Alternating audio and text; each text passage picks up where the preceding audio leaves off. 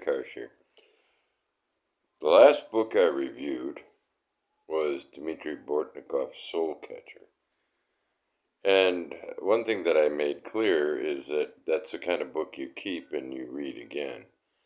And tonight I got to thinking about Corona Samizdat books and which of them people would read again, read twice. Now, there's the Manifold Destiny of Eddie Vegas is the best-selling book, but it's 700 and some pages. And I think we often think like we need to read this again, but when we're faced with a choice between a new book and a book we've read again, we usually tend to read the new book if the other book is really long. For instance, one book I really want to read, two books, I'll give you two examples. I want to read The Tunnel by William Gass again, and The Recognitions. I've started that twice since the first time I've read it, and I always come up with another book that I haven't read, and then I stop reading it. Not because I feel like stopping reading it at any certain time, but every book you read, you stop reading several times. And so you put it down and go to bed or whatever, or you fall asleep while reading it. And I read it a lot in bed. So that happens quite often with me. And then you're done with that book until you pick it up again. And if it's not the first time you've read it, you're more apt to be lured into reading another book.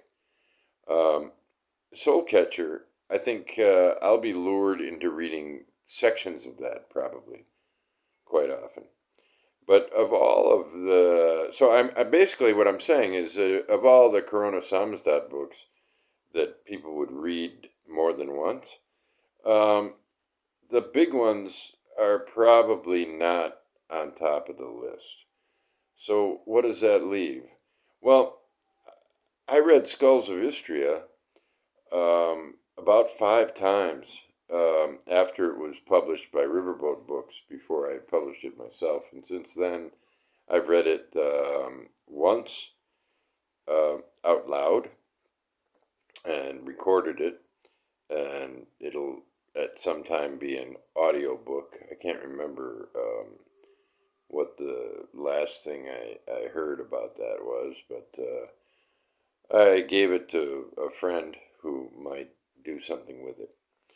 But then the other books, the other shorter books, there's the Vardeman book of short stories, and I don't include that because although I did read the opening story, An Angel of Sodom, which is a short novel, I did read that again. I didn't feel like I had to read the next story. Some of the stories I've read more than once, but it's a book of short stories, and you know, the first time you read it, you may go through and read every single story. I suggest doing that with books of short stories. But after you've done that, then, you know, you leaf through the book now and then and you think, Stromboli, I'd love to read that one again. And Fur Baby, read it 5 times. Other ones, I will wait, and they'll all come as a surprise because my mind isn't what it used to be.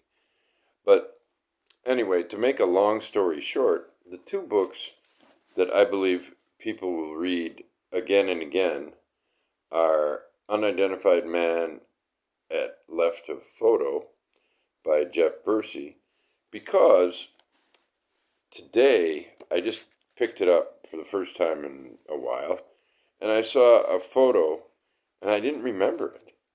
It was as if it was a brand new book. It's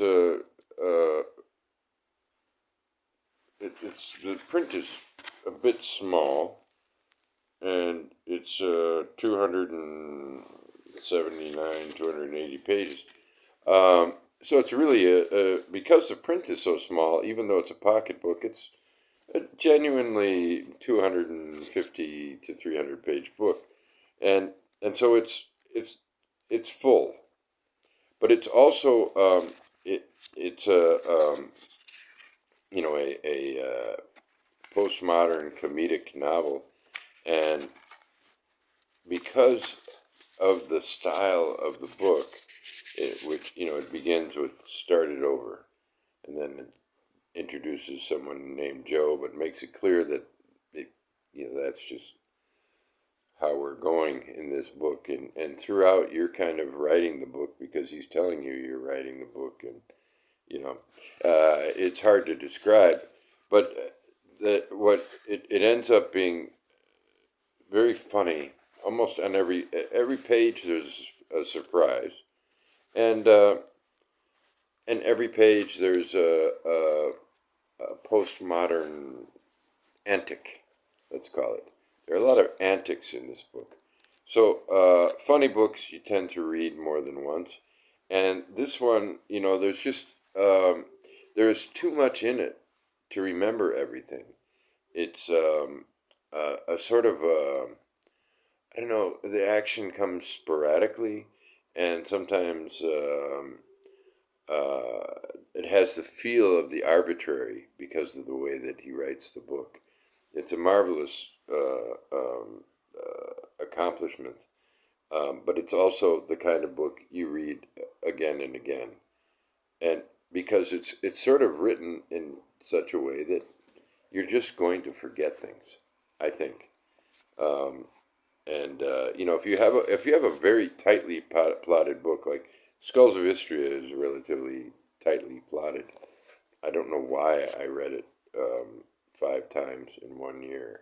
I'm not prone to reading lots of my own work. That was an oddity. But a book like this, the plot is really non-existent or non-important.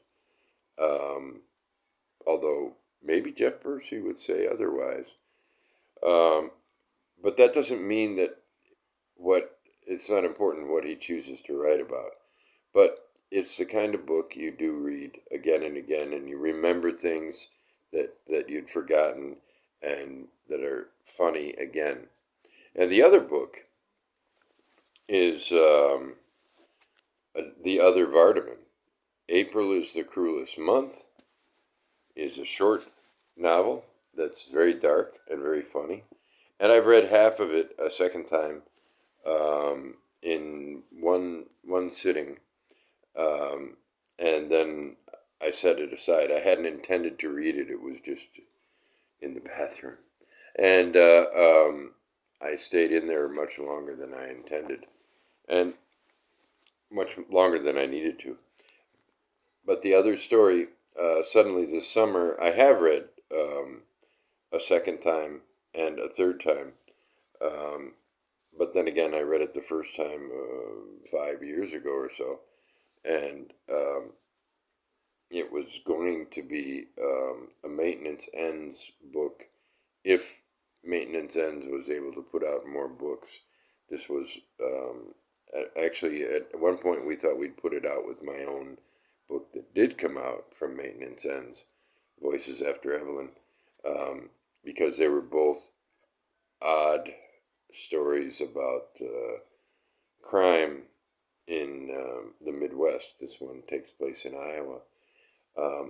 But the character, it's like a Jim Thompson novel. I don't know how, I don't hear a lot about Jim Thompson anymore, but I think it was in the 80s that I read, I think, every Jim Thompson, and some more than once. Pop 1280 for sure, and I don't remember which other ones I read more than once. I don't know for sure. But this one, since I have read it more than once, I know that one will and one does, for the mastery of the presentation of a very odd circumstance and a very odd crime, and references to the long forgotten by most killer of nurses, Richard Speck, and the role that he plays in the book, and the completely unique protagonist with the God, I forgot her name. Her name is Roberta Suki. Very Vardemanian name, Roberta Suki. Where he comes up with these names, I don't know, but they all seem to make sense at the time. Well, she's an astonishingly interesting and odd character, and she's also I love calling her a proto-feminist because she is, and and the book is the motivation and so on bears me out, and so this is the other one I would read twice. April is the cruelest month. The first time you read it, everything is unexpected. Everything. You know, I've read the first line before, but it may be worth reading again. Allbelly came into Uncle Milty's around 7 p.m. and said, "Hey, you guys, yesterday Eddie Papool, P apostrophe Pool, strangled his crooked-headed mama and then shot himself in the head in a car at the bottom of Van Vechten Park." And immediately the oddity of the Vardemanian comes through with the first person who comments, who says, "Why Van Vechten Park?"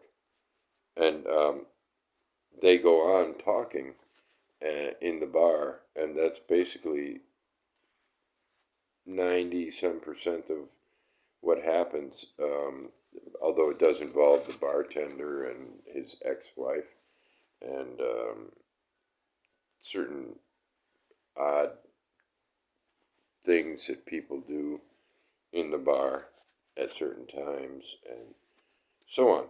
And it just cracks me up.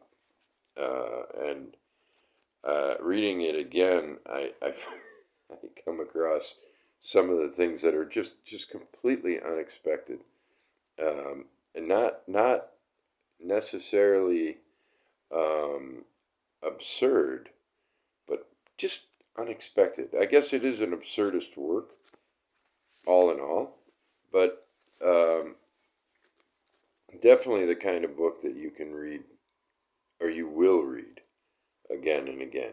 So, the press is called Corona Samizdat, and the books that you will read again and again once you buy them and buy into the existence of them. This one here would be a bestseller in the right hands had it gone to a New York publisher who said, this is,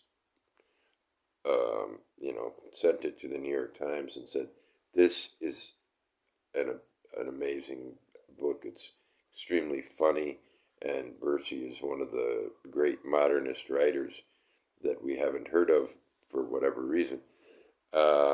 He's written two excellent books before, one of them quite brilliant, but in a very unique way that is not really the kind of way that will capture a tremendous audience. But this one is. This one would capture a wide audience were it spread the way that best-selling literature is generally spread, not through a small press like mine. And this one, two novels in one, and very, very different, and yet, the essence of the author is on display in both novels. And who the hell doesn't like a flip book anyway?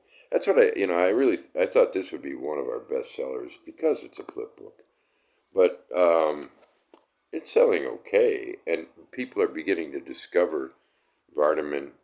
He's kind of a late seller. I was talking to Noah Clemens of Everyone Who Reads It Must Converse, the BookTube channel, and he did a great review of An Angel of Sodom. And I realized that, I published that book in late May, and his review was in early December. And I didn't realize so much time had passed until I thought it over. And that's basically how these books go from a small press, is that somebody finally takes a chance on it. It's $10, and they just get, oh, why don't I try another one of those Corona samizdat books? They got the great sellers by Chandler Broussard. They've got my biggest book. There's oddities galore. There's Tendrolopolis, great erotic literature.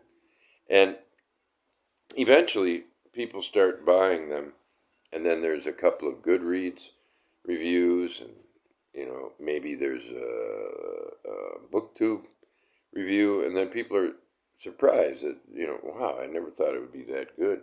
The guy who wrote a Goodreads review of Tendrolopolis placed it ahead of a Robert Hoover erotic novel. Uh, so anyway, these two books are my choice for books that you will read more than once. Put them on the shelf along with Soul Catcher. Yeah, thanks.